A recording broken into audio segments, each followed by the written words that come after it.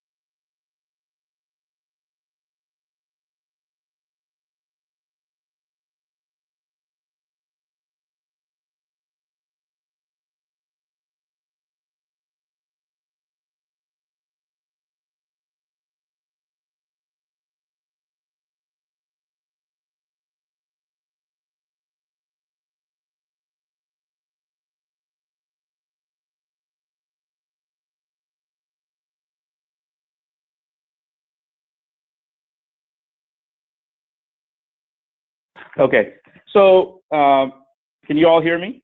Great. So basically what I wanted to chat with you about today is many of you have heard or read the books. Please type into the chat window if you've read one or more of the books. And effectively, the concepts here are not going to be that dramatically different from what some of you have already been implementing in the enterprise with complex buying cycles, with multiple buyers in the decision-making process. However, there are some nuances, and there's always like, I look at trainings and I go, what can I get out of it? Is it 1%? Is it 2% sometimes? For those of us that have been in sales a long time, you're always trying to get that edge.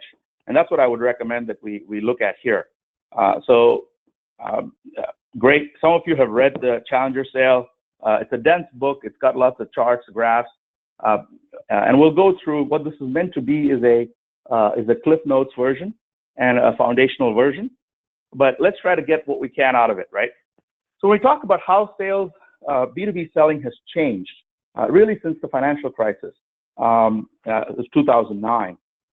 Before the earliest era of product selling, and in that era, really, when you think about what was the nature of the sales conversation, who is the ideal sales rep profile for each of these eras, right? If you think about it as a historical conversation in sales, who are the key stakeholders that we need to engage in order to be successful? When and where do we engage? Okay, and finally, what does the flow of information look like to get a deal done, right? So one of the things that I would say is substantially is, especially when I started off my career for sure in high tech, and even before that, you really want in the sales conversation in product selling, we led with features and benefits, right? Do you agree? I mean, you really talk about, hey, here's my product, here's what it does, and here's the value, here's the benefit to you. Would you agree that was the kind of the approach that we all took? Uh, and really, the fact is that we were all features experts, right? I could tell you when I started my career at Oracle, I could tell you what the Oracle database could do and couldn't do, what the features were, what the capabilities were. I had a long list of things that it could do, and I didn't even think about what the competition was telling the customer. I didn't really think about what the market forces were. I didn't, think that much about even the persona that I was talking to. I would give them the standard, almost data sheet, right? Memorize the data sheet, basically. This person is a data sheet expert. And then when we talk to key decision holders, we could get the deal done by just talking to one person. Typically, it was a IT database administrator at a medium-sized company, right, back in the day. But and then where and when we engage is if they're already considering it. Ideally, you want to find them when they're ready to buy, and where they're already assessing certain options, and that's where we engage and try to get to them. And in fact, we would move on from anybody who wasn't immediately interested. Right, the concept of nurturing or automated nurturing with marketing technology back in the day did not exist. And really, what we were trying to get the order. Right, that the flow of information was, can I get you to sign this purchase order, right? And that was the product selling approach. We evolved then to solution selling, and some of you have been through, Bosworth solution selling training. I went through it at Microsoft back in the day. 9 boxes of Bosworth. And here the approach is lead with questions, lots of questions. Okay, questions about their environment, questions about their goals for the organization, questions about where the budgets are, how can we work with you to improve your scenario. Lots of questions, right? And the person you come across really in this world as to the customer, from a customer's viewpoint, as an interrogator, really. So the ideal sales rep is somebody who can really ask a lot of questions and demonstrate deep connection. You demonstrated your connection and built rapport by being really interested in what they were doing and asking them lots of questions about their environment, and then really using that to get your coach, your advocate within the account. And I'm not saying that all of these don't apply. All of these still apply, right? We still have to ask questions. We still have to be able to explain what the benefits of certain capabilities are. We still have to find the decision maker, right? And we still have to have a champion advocate or multiple of them within the account. But in the solutions selling era, we want to get to them where they already know that there is a need, right? Typically, they have to have some notion of, I already feel the pain, I already want this, right? And that's the ideal scenario from a solution selling perspective. And the customer is going to tell you, okay, here's our procurement process, right? Here's how we buy. And you learn from them how they buy, and you follow that process to its conclusion. So do you all agree? How many of you have been involved, have gone through solution selling training in different formats, strategic selling? Product selling is more like spin selling back in the day. Those of us that remember 1995, 94, 95, spin selling was fantastic, right, at the time. So please type it in the chat window. How many of you have been through solution selling training, formal solution selling training, strategic selling training, and or other formats in those eras? All right. Yeah, a lot of people are going to say all of the, some people are going to say all of the above. But, we've actually had in our organization, for example, at JobVite, we haven't had formal training, right, around some of these pieces. So, but thank you for sharing that. Now we come to sort of the era where B2B selling changed substantially, right? Which essentially is where we go into. I'm hearing an echo, so if whoever is on can put yourself on mute, I would appreciate it. Might be okay. Good. So really, when we get into challenger and transparency selling, what does that really mean? So let's actually take a little segue here before we continue down this list here with this wonderful table that we've built, and talk a little bit about who we all agree, I think, and especially given our launch at HR Tech, right, that we all agree that marketers, right, have been creating content over the last really decade, right, that is really teaching customers something new about their business to try to motivate their action, to potentially disrupt their thinking about their own business. The previous generation of marketers, before, I would say, we're doing a spray and pray approach, right, where there's a mass media approach. But when you want to become very, very targeted, when you're doing ABM, for example, I know the telemetry organization does very targeted ABM approaches. And the goal of marketing has become, how do you actually get people to take action, obviously, right, beyond a hand raise, but by actually disrupting how they think about their own business. In fact, we're having to convince people that status quo is no longer tenable. Agree or disagree? And if anybody wants to jump in and share, their opinion on this, I'd love to hear your thoughts, right? We're trying to disrupt. We're trying to get people to change from status quo. We can no longer go directly into why us and why now. We have to start with why change. So anybody want to jump? Feel free to jump in, by the way, unmute yourself, contribute to this. Let's start picking up people. Brett, are you on the line? Brett Bazzini? Sundar, good morning all. Hey, yes, how are you? Good morning. Good morning. Good morning to everybody. So Brett, I was going to ask you, so effectively, what's changed really that is making marketers do this? Why are we having to share with people that status quo no longer works? Challengers. I know I'm putting you on the spot here. No, it's all good, man. Yeah. I mean, the challenger sell is self-defining, right? Getting them to think about new things, thinking about their future state, and how we can help them get there. Yeah, fair enough. And a key part of that is actually getting them to feel uncomfortable where they are, because people, we all have status quo bias, right? Behavioral economics and neuroscience is now informing a lot of us, right? When you look at the work of Kahneman, Tversky, some of these folks have won Nobel Prizes for this. Why do people make certain decisions? What they've really come up with is the notion that we will spend twice or three times as much effort to avoid pain as to gain pleasure.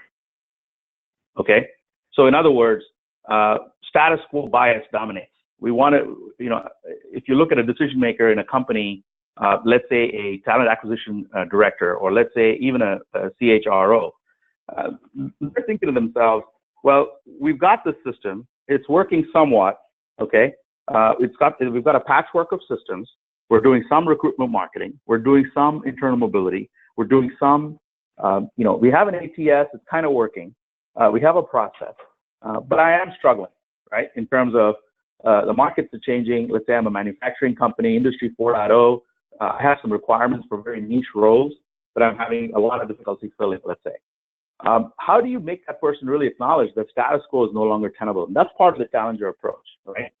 So if we agree with the statement, then really what we have to bring to the table is some insight in order to get them to change from the status quo, in order for them to feel the pain where they are first, is giving them some insight about the customer's business. This is what Challenger talks about their business, that actually reframes the way that they assign value, or they put value on effectively where we're different.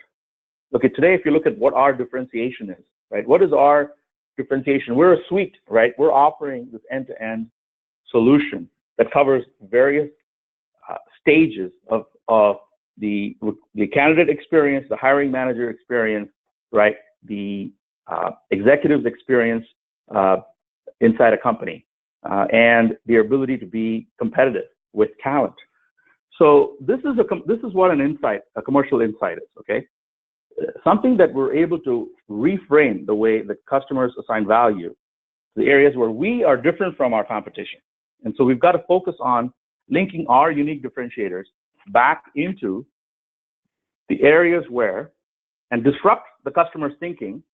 And an insight should have components where we have market data, plus we have data that supports the pain and the impact on that particular persona, plus we have, so there's an emotional appeal as well, and then there's a whole flow, and we'll talk about that flow during this training series, how we orchestrate delivering this insight, okay? But I want all of us to sort of agree and rally around this idea of a commercial insight. Fair enough? Okay, so please type in again to the chat window if you disagree with this, if you think that this is, this is not essential, etc. I'm happy to, engage with you and let's have a conversation around it. But if not, let's move forward, right? So a lot of people are confused about what a commercial insight is, right? And we'll start off, on the left here with something that's newsworthy, that's happening in our industry, okay? What would be something that's newsworthy, that's happening in our industry? If I were to call on somebody, Don Archer, if you're on the line, feel free to unmute yourself and share with us something that's newsworthy, that attracts attention, right? Don, are you here? All right, let me call on Don. Don might be a. Hey, Don, how are you? Yeah. Can you hear me? Yes. I'll answer for Don. He's prepping for something. So how about artificial intelligence and the way that many organizations are now trying to incorporate that into their searches and having bots that go out on the web and find the candidates and things like that. That is something that I'm starting to see a lot out there as perfect in our field. Perfect. So when we come out and say, hey, artificial intelligence in our industry is a lot of people are using it for search, or there's some interesting things happening in that space. So would that qualify? The question is, would that qualify as a true commercial insight, or is it just general information, right? But there's sort of a general understanding that everybody kind of knows. Yeah, AI is kind of starting to do, and maybe some people don't know, right? But it could be newsworthy, right? There's a news release that talks about, hey, AI in TA, right? And there could also be accepted information. In other words, let's say we go even one level deeper and say, all of us agree that, right? The challenge in talent acquisition, the challenge in the very low unemployment rates means that certain industries are incredibly impacted. Your industry is impacted by this. And if they nod their heads and say, yes, our industry is impacted by this, financial services, right, is impacted by this, manufacturing is impacted by this. That's just accepted information. And we sort of all, if they nod their heads, that's good. You're getting some resonance in your presentation or in your pitch.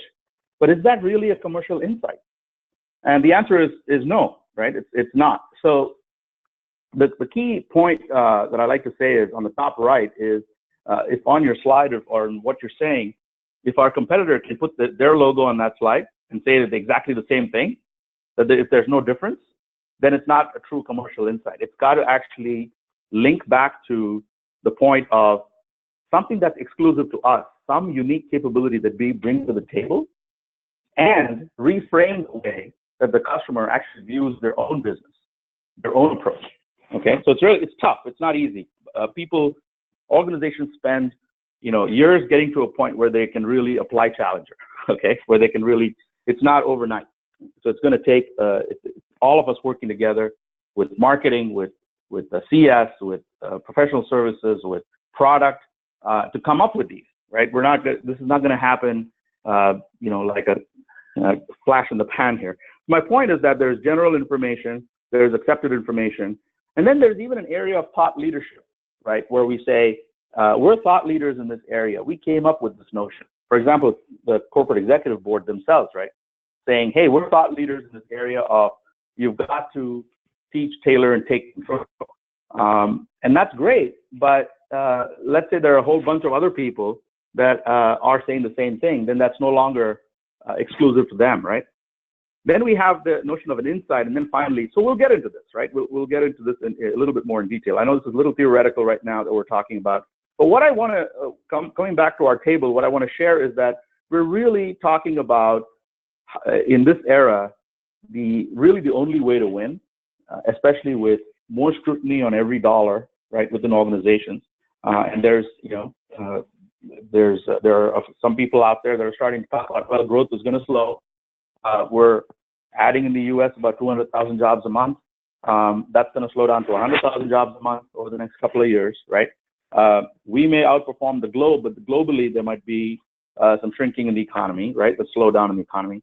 So those types of things. But my point is, if we have to lead with commercial insights and transparency. And I hope by the end of the series we'll all agree on this.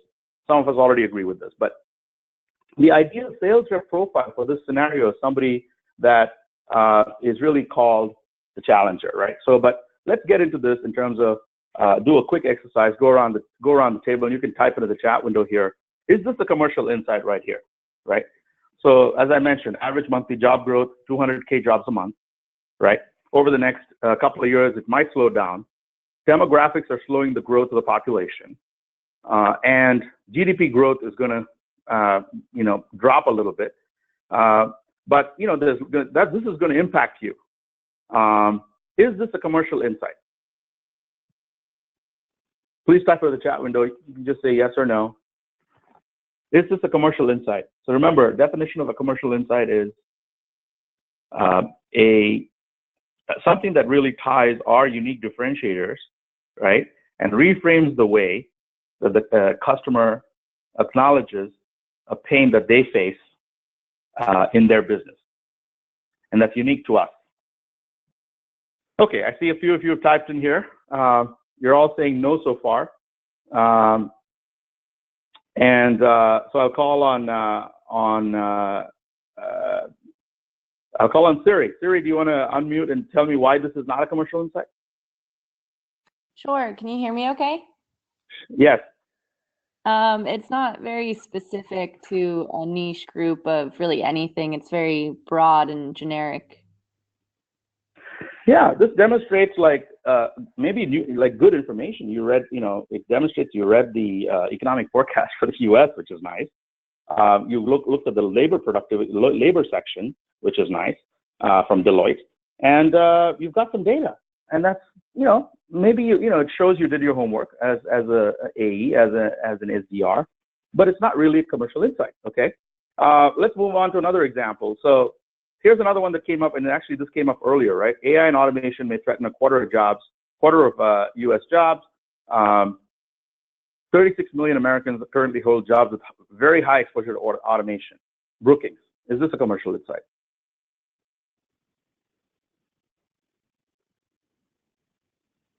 Anyone want to type it in the chat window? Let me know if yes or no, yay or nay.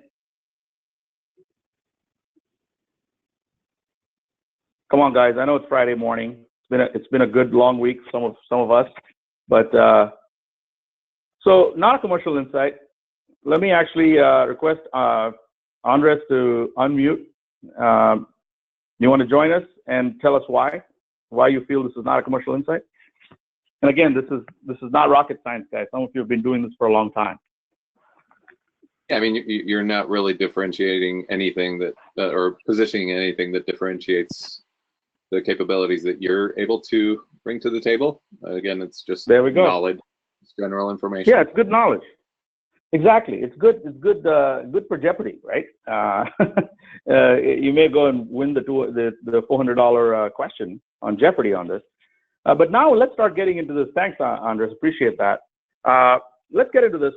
When we say recruiting funnel by industry, and then you say retail has shortest time to fill, and we look at this information and says, one factor that may be contributing to recruiting funnel efficiency across different industries is the widening skill gap, right?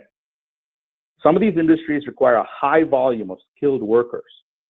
Demand outpaces supply. Competition for qualified candidates is going to soar. Now, is this starting to become a little bit more of a commercial insight?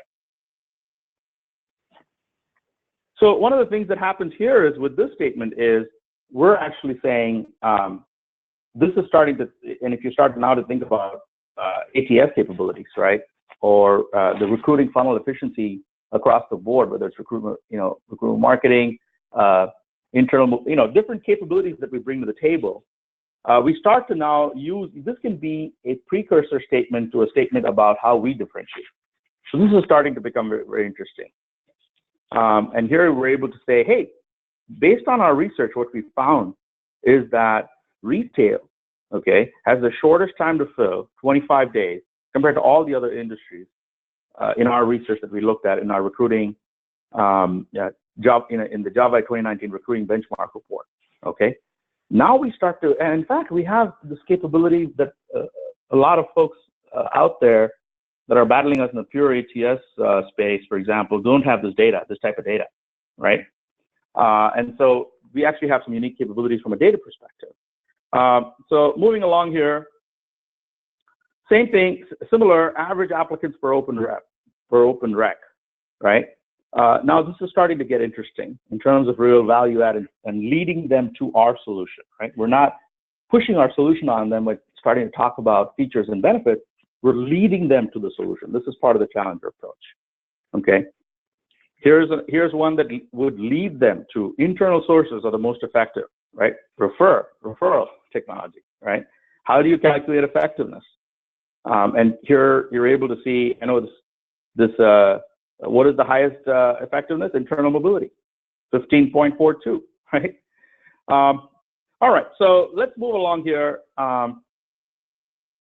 These are examples of research that we've done that actually will allow us to start tying capabilities, our unique capabilities, right, back into helping a customer reframe how they think about their business. That's the goal of Commercial Insight. All right, let's move along here. So the ideal sales rep profile is a challenger, okay? And the challenger is somebody who teaches, tailors, takes control. And really what the Corporate Executive Board found in the early book, The Challenger Sale, was that there were a class of sales folks, and looking across sales organizations, a few hundred sales organizations, what they found was there was a particular profile who was outperforming the other profiles. They found 5 key profiles. And this one category was outperforming the other profiles in terms of quota attainment, in terms of velocity through the funnel, in terms of being able to execute on complex multi-buyer scenarios, large ticket deals, even in the depths of the financial crisis when nobody was buying, right, at that time. So the 5 profiles they came up with were the hard worker, the challenger, the relationship builder, the lone wolf, and the problem solver. And they had these attributes. I won't go into detail in this. We'll do this in the follow-ups. But the notion of the difference between the key differences they found was that most organizations were recruiting relationship builders, and they were really looking for people who could. And by the way, I'm not saying you absolutely have to build strong advocates in the customer organization. I'm not at all saying that we don't need to build deep relationships. But there's a particular customer profile that also the challenger came up with on the other side, who loves to have conversations. This is a customer type who will sit down with you. About their kids' soccer games. They have long conversations with you. They even introduce you to other people in the organization, but they never help you get the deal done. They're not able to mobilize the buying team and push them towards a consensus on your behalf. So they're somebody that you want to engage with to get information from, but the relationship itself does not imply you're going to get the deal done. And that's a relationship builder, somebody who gets along with everyone and does some of these pieces, but and very, very generous with giving time, right? They'll show up to the meeting, they are prepared, etc. But a lot of the organizations found that hiring just this profile no longer worked in the post-financial crisis scenario. What they were looking for, what customers were looking for, was the quality of the buying experience itself, and they were looking for insights on their industry. They were looking for somebody who was willing to debate, engage, and push them to reframe, and understood their value drivers, their economic drivers really well, their business from what really brings value to their process, their business, etc. And in fact, somebody who's able to build constructive tension with the buying center.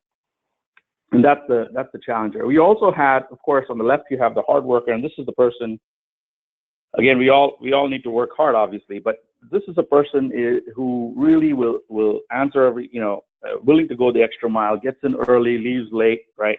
Doesn't give up easily, super self-motivated, but they don't push the customer, right? They may not be comfortable talking about budgets and money, right? It's somebody who, for example, doesn't try to reframe and debate, etc. Of course, you have the lone wolf, and there are organizations that have folks that have to use their own method, right? They use their own marketing material.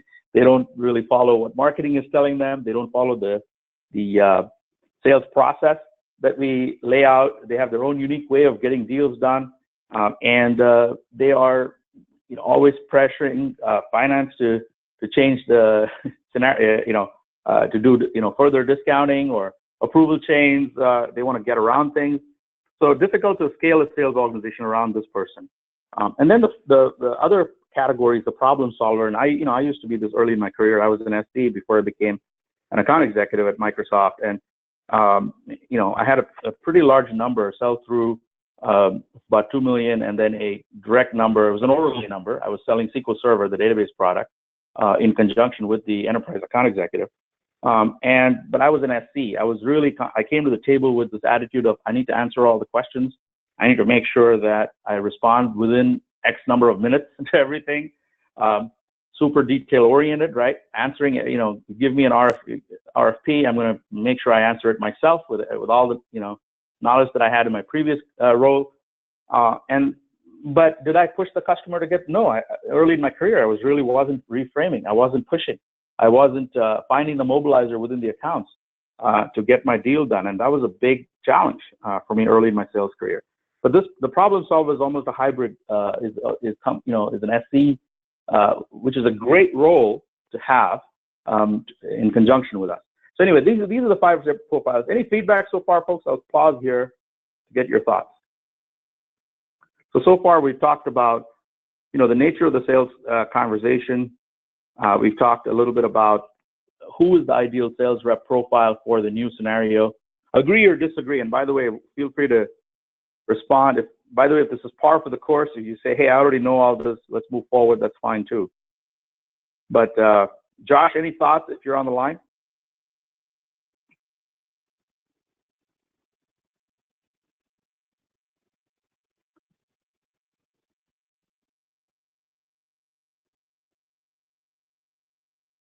Doug, why don't you unmute? So Doug, if you want to share a little bit about HR buyers, right? I know that, again, we have to customize to our buying center. If you want to unmute yourself and share how they're different, right? And what are some approaches that would work?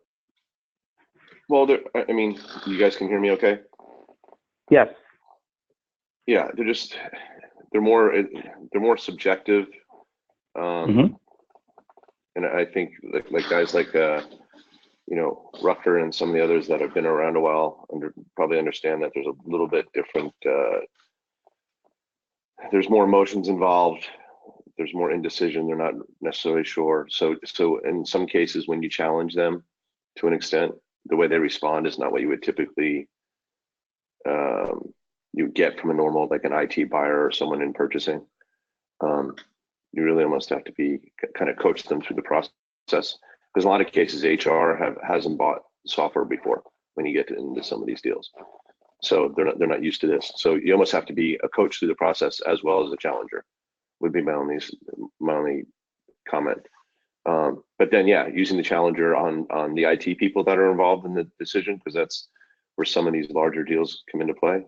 Then they can take a challenge, but in my experience, some of the HR leaders do not take challenging questions or pushing back very well at all.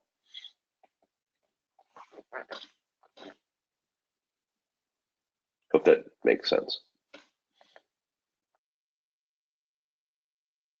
Yeah, that's a great point. So Doug, one of the key points is with HR is the nuance is when we teach, right? When we do the word, I actually don't like the word challenger, to be honest with you, in describing this methodology. It's almost a misnomer that we're sort of arguing and always debating, right, or pushing. But it is, and I will talk a little bit about this in more in detail here in a second, which is what this person does differently, right? Takes me right in here. It's really the TTA, if you want to call it that, right? Teach, tailor, assert, control. And it's, I would say a lot of it with HR, as you said, is teaching and tailoring to that persona. So if we really focus on what the challenger does differently, the research came out with, hey, they teach, they tailor, and they assert control. And asserting control is not about being aggressive. It's actually the fine line between assertiveness and aggressiveness, right? So with teaching, the notion is that we're actually reframing how customers view their business and their needs. That's what we're trying to do. And so I would almost call it the teaching methodology. We all teach in different ways. So Doug, your point is well taken in terms of be cognizant that HR may not have bought a solution of this magnitude before, but of this economic impact on their organization overall. And so that's why we need to teach. We need to then tailor, right? We need to actually link unique capabilities to their individual goals. And this is something we've been talking about. You know, we did a series in Q2 for the JobVite folks and some of the Canvas folks around different levels of questions. Level 1 being data and historical questions, level 2 being business impact questions, and then level 3 being really personal impact questions, as in,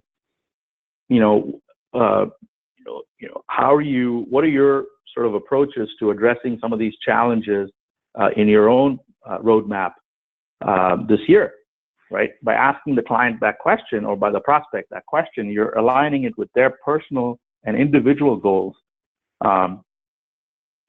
And then asserting control is really sort of being open in terms of pursuing goals, but not aggressive, right?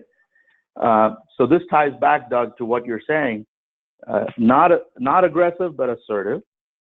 And all the while, you're teaching for differentiation, right? So that's the coaching piece. Karen has a question, and she's asking us, I'm wondering, but as an SDR, how do we debate and build constructive tension and still get the meeting? I think that's a great question. I found, Karen, that, I'm happy for anybody at all who's really experienced at prospecting to jump in and share their thoughts on this. I think this is a really good question.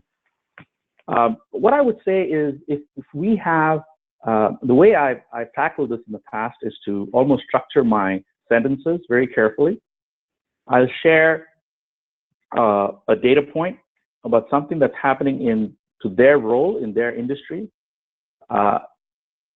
from a case study that we've already had some success with. In other words, if you're talking to, let's say, a head of TA, or you're talking to a recruiting manager, or somebody in charge of internal mobility at a company, or recruitment marketing, and you say, I wanted to share with you, we've really had this experience where this other client in your industry was able to tackle the challenge that you're facing and achieve these results in this amount of time. If we were able to accomplish that for you, what would that, let's say, solution look like? What would the ideal scenario look like for you in 6 months? And so that's the type of question which causes them we want to reframe their world, right? So one way is to introduce an example from a customer. Another way is to introduce data from the market. But stories are a great way to build that tension without being aggressive. So you can disagree with somebody, but you can do it very gently with facts, right, and logic, while supporting them. So there's a tone in how we approach it. Does that answer your question, Karen, in terms of The sentence being, if they say something that you disagree with, then actually debate them and say, actually, we found this in about a couple of dozen cases where we've been able to get the persona to achieve these goals in this amount of time with this investment. What would, if we were able to accomplish that for you, would it be worth the conversation, right?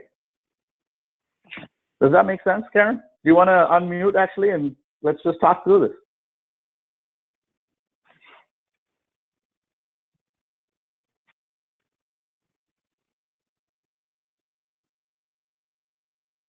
Karen, are you on the line? Hi, everyone. Can you hear me? Yes.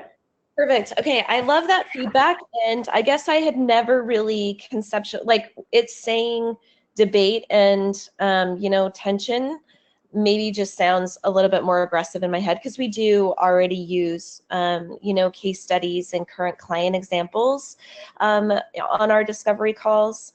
I guess I just kind of wondered, maybe specifically for the meeting itself, when you've got like a 30-second pitch that you've got to pitch to someone that's, VP of HR, how do I do that and still challenge them?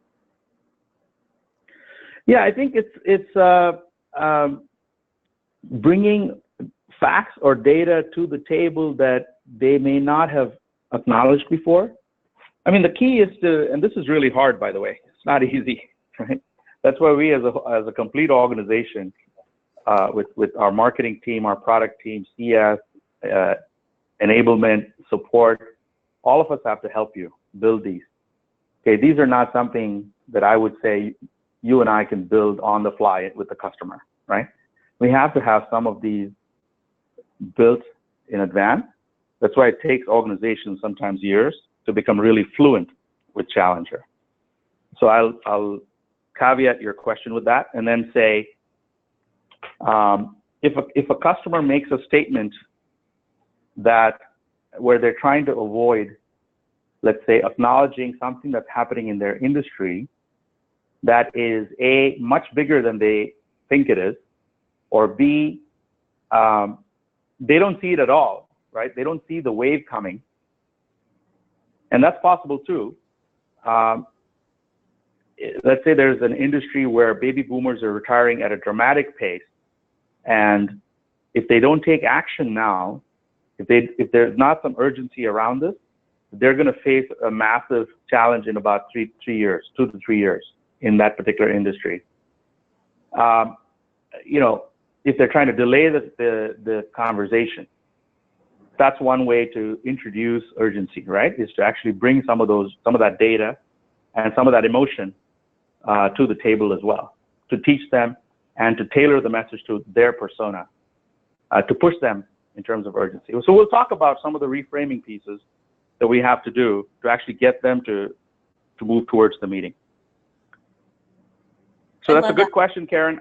And the answer is we have to build it. We have to build it.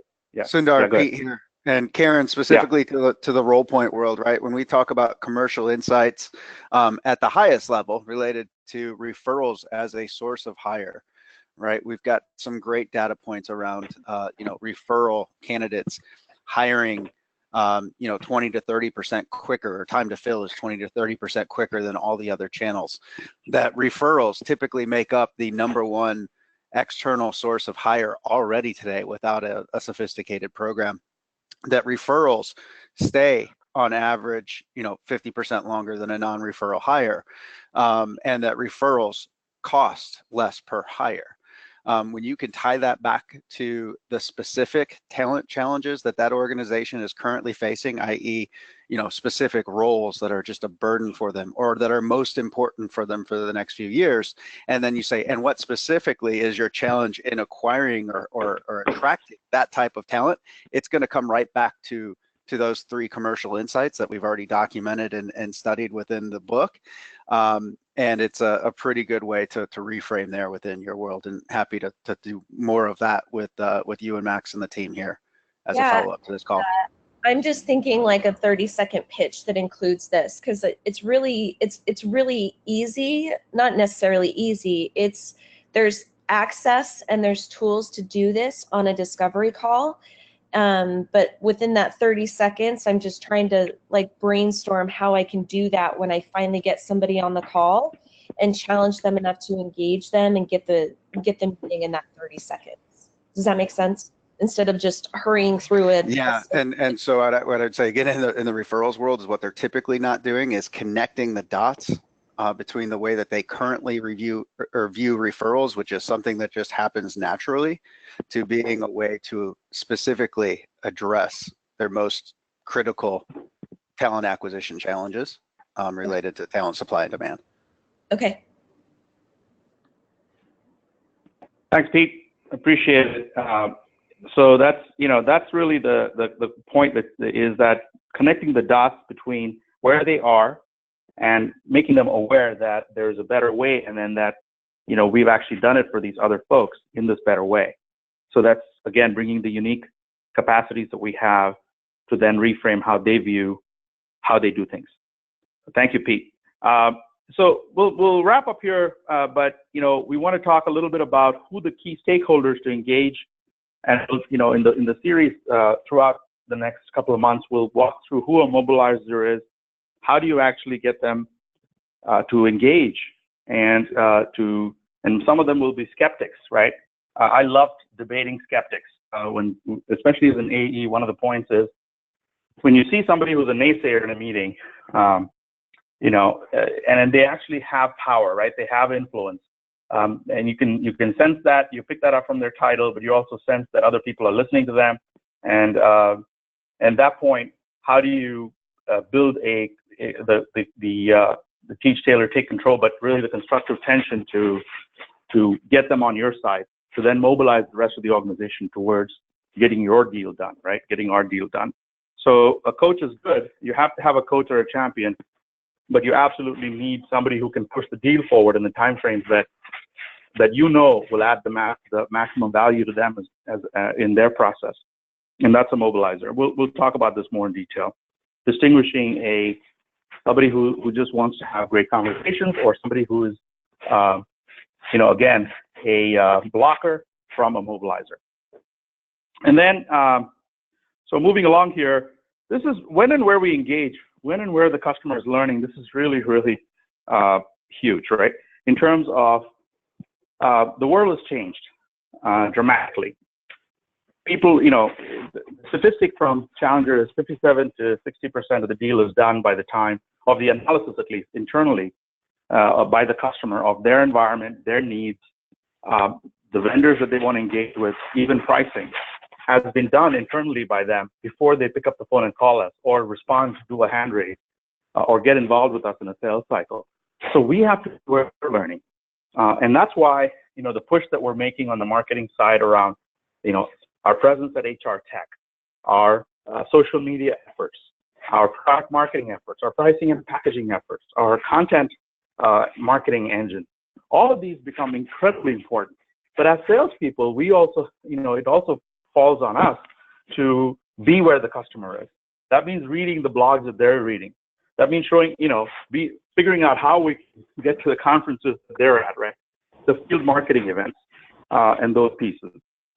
So the key point here is that we can no longer wait for them to either assess options or understand their needs. We have to be where they're actually learning and connect with them at a point of their learning.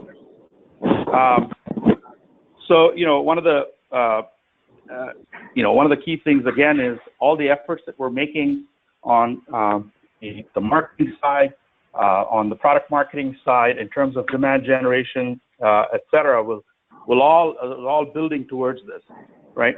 And then in terms of the flow of information is the coaching piece. Doug brought this up, Pete brought this up, but really, how do that we're coaching them on how they should purchase, rather than waiting, merely aligning with how they force us or push us from a procurement perspective, right? They say, hey, here, at some point, larger deals, you get handed off to procurement, right? And it's always a tussle at that point. But how, if we can ward that off by building, by doing the teaching, the tailoring, getting consensus in the buying center with the different people that can be influencers, and having a mobilizer that's going to help us get the deal done. Those are some of the key pieces there. So we'll wrap up here. We're at almost at the top of the hour. Any questions or comments, folks? Feedback? So I will, send out as a follow-up to this. One of the things I'd like for all of you to do is actually take a bit of homework here, right? Give us 2 to 3 examples of what you would see would be, or you would think, just based on what you know from reading a little bit about this in the past. What are commercial insights that you bring to the table every day? Something that's a true commercial insight that connects the dots between where they are and where they should be in terms of the highest level of effectiveness for your product. Okay? And write to your manager and me. Give us 3 examples of commercial insights that you share today already, right, in the next couple of weeks. So we look for that email. 3 examples of commercial insights that you use already for your product or service with your persona that you're talking to, right, that reframes how they think about their business while tying our unique capabilities back to them. So I suggest that as homework, and let's see which, we'll probably do a gift card for the best ones. How's that? We'll do an Amazon gift card for the best commercial insights. So, folks, one of the things that I think I have probably gone through here is we went through the, if you looked at what we went through today, we went through the concept of, the different stages, why B2B selling has changed. It's no longer a product sale. It's no longer even a solution sale. We've got to introduce these pieces. And we talked a little bit about the notion of, leading with commercial insights. We talked about who is the challenger, the different sales rep profiles for today's complex deals. The ideal contact of the customer is a mobilizer, and this is a person who can really help you get the deal done, who's not just a talker or a blocker, so to speak. And then we get into, we need to be able to bring those insights in different ways, starting with marketing, starting with where they're learning, right? When and where the customer is learning is where, and really reframe how they think about their business. And then finally, in terms of coaching them, as Doug was pointing out, coaching the HR profile or the persona that you're talking to through the process. I'll wrap up here. And Brett, let's see, will we be going over some of the unique commercial insights for our various offerings as part of the training series? Yes. So the answer is yes, we will share, but I actually want to hear from you guys on what just share with me what you think are the commercial insights you're sharing today, right? And let's continue to build on those. We obviously we'll build examples and share them with you, but I want you to start with the homework. Is that fair? Brett? All right. Thank you. Have a good one. Happy selling. And if you're a kid like me growing up in India, I'm getting to do something that I look forward to. Probably, I'm 49 years old. I'm going to an Eagles concert tomorrow. Having an opportunity to watch the Eagles, which is something that, sitting there in my room in India, was listening to rock and roll, and this is a dream come true. So hope you have as fun this weekend as you do. Yes, sir. Sundar, thank you, and take it easy. Have a good one, folks. Always a Pete. Good stuff. Take care. Bye-bye.